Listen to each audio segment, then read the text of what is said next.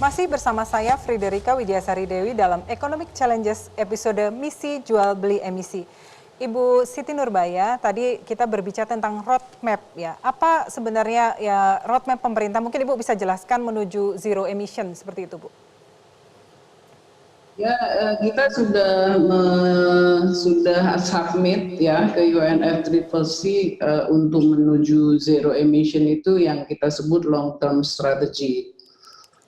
Memang negara-negara maju itu atau Eropa terutama memaksa kita untuk bisa mengatakan pada 2050 kita beres gitu, kita rapih.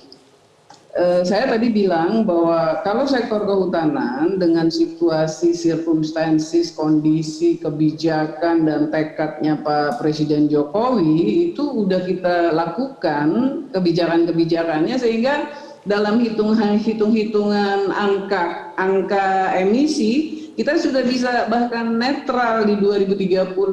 Tapi saya tidak berani menjamin bahwa misalnya kita nggak bisa jamin bahwa energi bisa juga begitu. Nah, kenapa kita bertahan untuk tidak di 2050 net zero emission dan kita lebih suka pakai istilah karbon netral misalnya? Karena ini ada soal peak period. Jadi peak emissionnya itu kalau negara-negara Eropa dan negara maju itu dia sudah terjadi di tahun 1978, 79 begitu.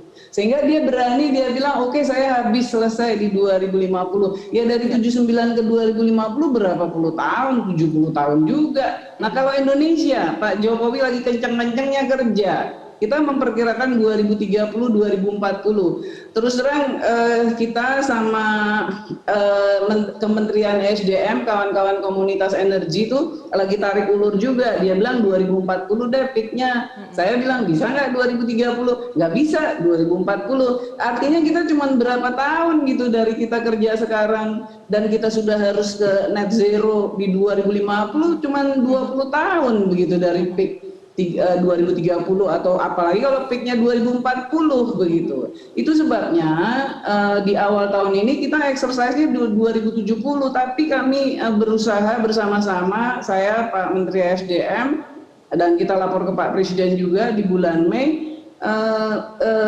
Mula-mula exercise-nya 2070 ini Pak Maman, pimpinan Komisi 7, tapi diotak-atik dengan teknologi, dengan support, kerjasama, investasi swasta dan lain-lain bisa deh ditarik ke 2060. Nah, ada kemungkinan juga kalau kita lihat exercise-nya PLN itu bisa di 2054, 2056.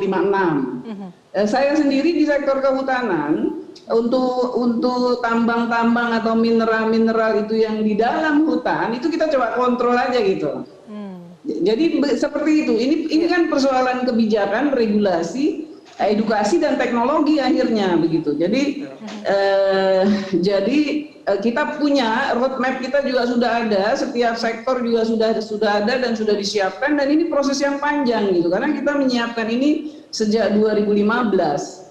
Ya, jadi roadmap kita udah punya, roadmap mitigasi kita punya, roadmap adaptasi juga kita punya. Saya kira Indonesia termasuk yang menyerahkan dokumen NDC, jadi kewajiban ataupun komitmen negara untuk kontribusi penurunan emisi itu lengkap dengan rencana teknis sampai detail, sampai dihitung-hitung sama saya berapa sih kira-kira di ujung gitu, apa benar bisa 0 gitu. Ini pun setelah kita exercise di 2060 itu masih ada lah kira-kira 6 juta. Kalau sekarang kewajiban kita di dalam record itu 41% itu kira-kira angkanya 1,8 giga lah gitulah, 1 sampai 1, sekian 1,1 sampai 1,8 giga itu sudah ada rinci-rinciannya per sektor volume, forest dan land use, kehutanan dan pertanian, energi, kemudian perindustrian, lalu limbah. Begitu. Jadi kita sebetulnya relatif siap begitu, Mbak Widya, Bang Peter dan Pak Maman. Saya ke Pak Peter. Pak Peter, saat ini kan orang banyak sekali berbicara tentang carbon trade, kemudian carbon credit gitu. Anda sebagai pengusaha yang saya lihat sedang menekuni hal ini juga, bisa memberikan penjelasan pada kita. Ya, ini berbahaya ya berbicara ini dalam waktu 1 jam ya. Karena apa yang dikatakan oleh Ibu Menteri barusan, Ibu Menteri nggak ngomong masalah carbon trade. Ibu Menteri membicarakan bagaimana kita bisa menjadi emisi netral. Jadi ini adalah goalnya daripada presiden kita dan daripada pemerintahan masa sekarang ini. Nah, yang jadi masalah bahwa carbon trade ada 2, ada carbon trade atau carbon credit. Kredit itu berbeda lagi. Kredit, carbon credit adalah sebetulnya kalau kita mulai menanam pohon baru dan pohon baru itu bisa menyerap karbon, itu namanya carbon credit.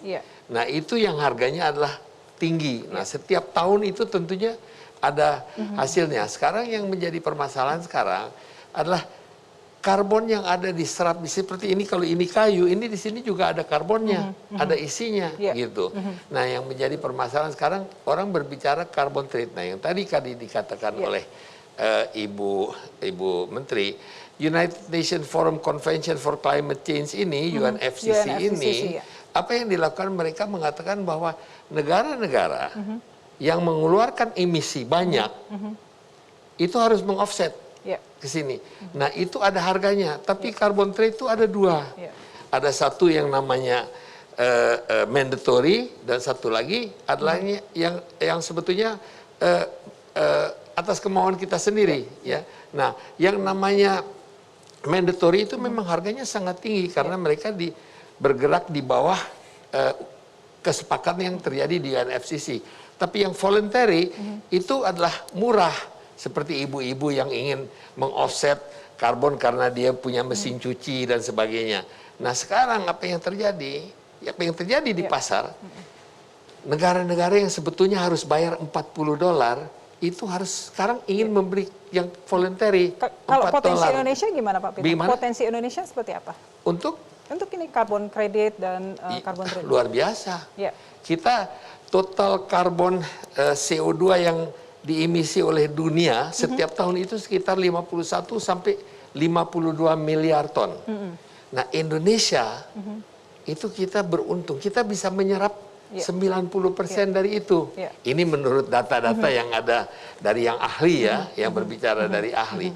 Nah, buat saya adalah sebetulnya penerapan daripada teknologi agar supaya kita bisa mensertifikasi setiap hektar yang ada di Indonesia itu memakai teknologi yang kita tawarkan kepada pemerintah, kepada Ibu Menteri. Dan sekarang diskusinya itu sangat hebat. Dan ini pada saat ini oleh dunia dilihat bahwa Indonesia memang melakukan sesuatu. Gitu. Satu dari segi netral emisi, carbon netral, dan satu lagi adalah bagaimana kita sebetulnya ingin melakukan inventarisasi dan ingin menjadikan ini menjadi bahan untuk diperdagangkan. Jangan salah, perdagangan orang berbicara kalau saya punya tanah, saya ada karbon, saya jual, nggak bisa gitu. Seperti itu ya. Itu waktunya kira-kira bisa 1,5 tahun.